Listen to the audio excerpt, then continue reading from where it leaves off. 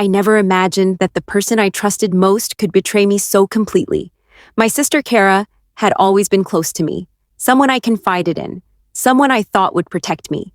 But while I lay recovering from surgery, she was quietly plotting, inserting herself into every corner of my life, waiting for the perfect moment to strike. She didn't just want my husband, she wanted everything.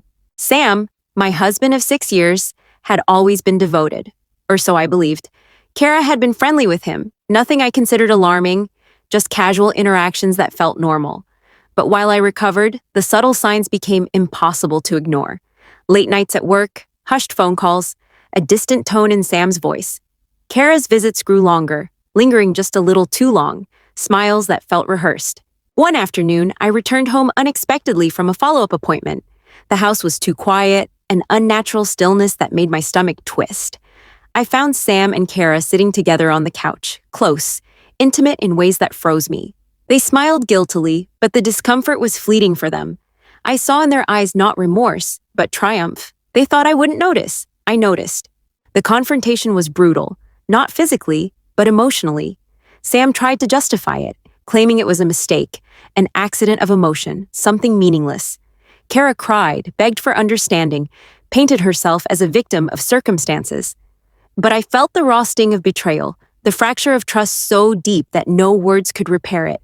My marriage, my family, my sense of security, all shattered in a single afternoon. I left my home that day, unable to breathe in the place that had become contaminated with deceit.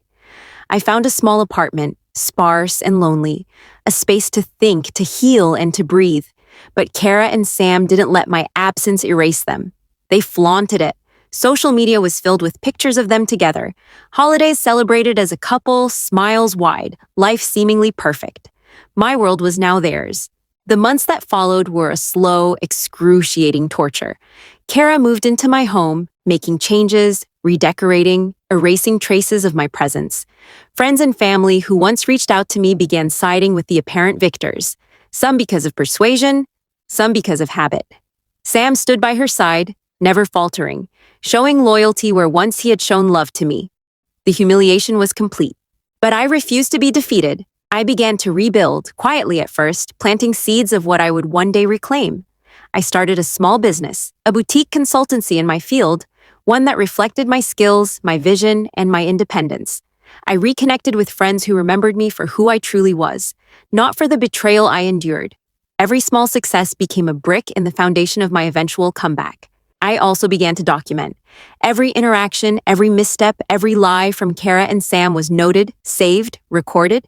Emails, messages, bank transactions, photographs. Nothing was too small. I became methodical, almost surgical, because I knew that when the time came, I would need irrefutable proof to reclaim what was mine. Silent observation became my armor, strategy my weapon. The opportunity for exposure came slowly, the patience I had cultivated finally paying off. Kara had grown complacent, arrogant even, believing she had outmaneuvered me completely. Sam, blinded by affection and ego, made careless choices. Their financial and social mistakes were public enough to catch the eye of anyone who looked closely, and I was watching, waiting for the perfect alignment of events. I invited friends, family, and professional acquaintances to a gathering under the guise of celebrating my new business venture. People laughed, mingled, unaware of the storm about to break. I played the recordings, the messages, the evidence that laid bare their deception. The room went quiet as people absorbed the truth, the betrayal, the manipulations, the lies. Eyes widened, whispers began, and I felt a grim satisfaction in the realization that they could no longer hide. The fallout was immediate. Friends distanced themselves from Kara and Sam. Business associates began questioning previous transactions, noticing inconsistencies. Social media buzzed with speculation, subtly guided by the evidence I had released. I did not scream or accuse. I allowed the facts to speak. My silence amplified the impact. The couple I had once loved were suddenly isolated, their carefully curated world crumbling. Rebuilding my life became not only a personal mission but also a reclamation of control. I reasserted authority over my business interests, realigned my social connections, and repaired my reputation through quiet competence and visible success. The woman who had been humiliated and hurt had transformed into someone formidable, unyielding, and patient.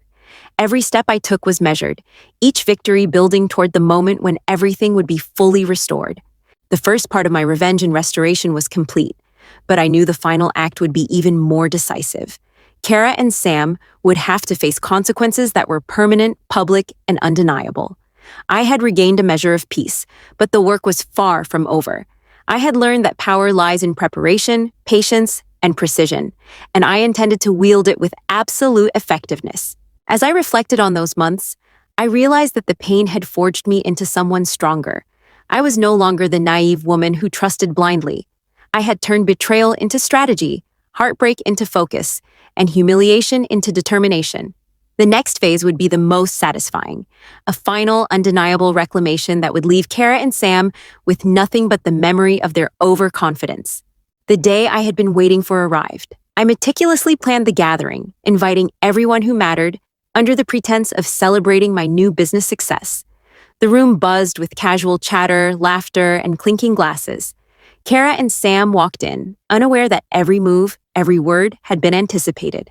Their confidence made my stomach tighten, not with fear, but with anticipation. I greeted everyone warmly, masking the storm that simmered beneath my calm exterior. My friends mingled, colleagues exchanged polite conversation, and all the while, I ensured the key figures who had influence over Kara and Sam's reputation were present. This wasn't about drama, it was about strategy. Every element was deliberate, every eye a potential witness to their downfall. As the evening unfolded, I subtly drew attention to my presentation area, a small stage set with my business achievements on display.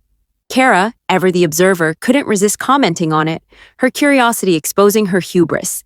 Sam laughed nervously, not yet realizing the depth of what was about to happen. I smiled politely, letting them sink further into their illusion of control. I waited, patient, knowing timing was everything. Then I began. I projected a video onto the large screen behind the stage. It started innocuously, clips of casual conversations, moments of subtle manipulation. Gasps spread through the room as people began to realize that what they were seeing was not a story, but proof. Kara's face turned pale. Sam's confident mask faltered. The audience's attention snapped to them, captivated by the undeniable evidence of betrayal. The video progressed, escalating in intensity. Hidden messages, photographs, and recordings detailed their affair, their deliberate attempts to erase me from every aspect of my life. The footage was factual, chronological, and compelling. Every whisper, every secret smile, every lie laid bare. Kara tried to maintain composure, but her fingers trembled, her voice caught in her throat. Sam's arrogance dissolved into shame. I watched them closely, noting every reaction, every flicker of panic.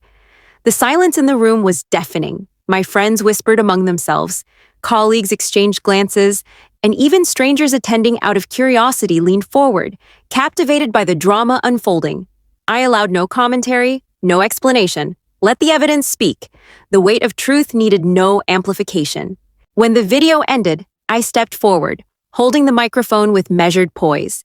"This is what betrayal looks like," I said, my voice calm but firm.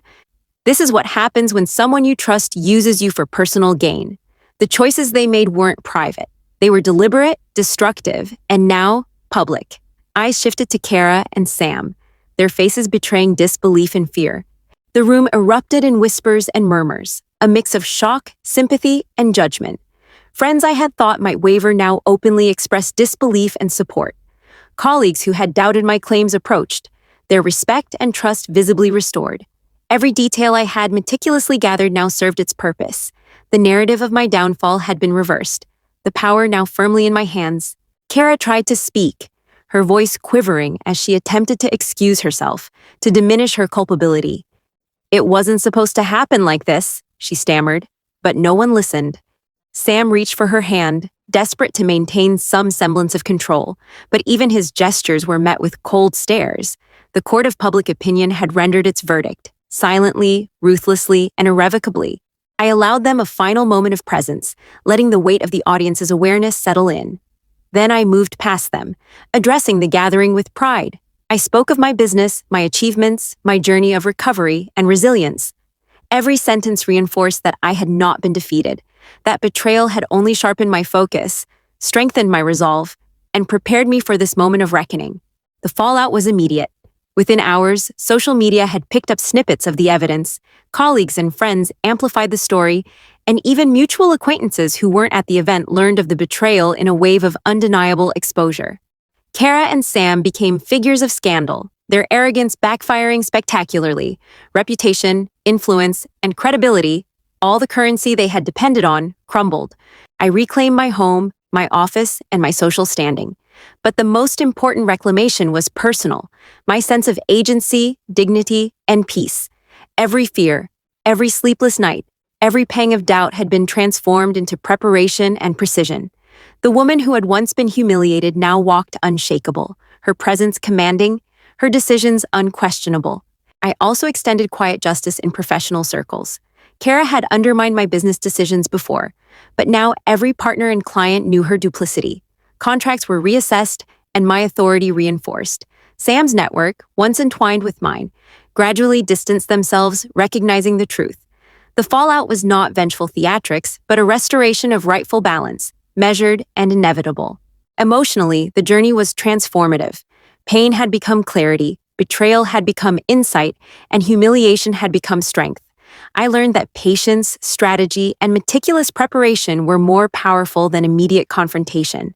The public reveal was the culmination, but the months of silent work had built an unassailable foundation, ensuring the final act could not fail. Even those who had doubted me came to witness the change. Friends and family, once caught in the crossfire of lies, now saw my resilience, my integrity, and my unyielding determination. Their support, genuine and heartfelt, reinforced the restoration not just of what I had lost, but of who I was at my core, confident, strategic, and unbroken. As the dust settled, I reflected on what had been taken and what had been reclaimed. The house, the business, the relationships, they were tangible victories. But the intangible victory was far greater. Control over my life, the ability to define my narrative, and the undeniable proof that betrayal could be overcome, and justice could be served with intellect and patience rather than brute reaction. By the time Kara and Sam left the gathering, defeated and exposed, I had already begun the next phase of my life. This wasn't revenge for its own sake. It was reclamation, restoration, and self-empowerment. Every step forward was deliberate, measured, and intentional, designed to ensure that betrayal would never hold sway over me again. In the weeks that followed, life regained rhythm. My business flourished, strengthened by renewed trust and credibility. My social connections deepened, friendships that mattered had solidified, and my confidence radiated, unshakable and unassailable. Kara and Sam faded into the background, a cautionary tale rather than a present threat, powerless against the life I had rebuilt. Reflecting on everything, I realized the journey had changed me profoundly. The betrayal that once seemed insurmountable had become a catalyst for growth. I had learned to act with patience, strategy, and foresight, turning emotional pain into tactical advantage. The woman who emerged was not just victorious, she was transformed, prepared for any future challenge. Maya's story, my story, had reached its pivotal turning point. The betrayal, the humiliation, and the loss had been met with strategy, evidence, and unwavering resolve. The world had seen the truth, and I had reclaimed every piece of my life. The woman they thought could be broken had proven otherwise, and the path forward was mine to define entirely.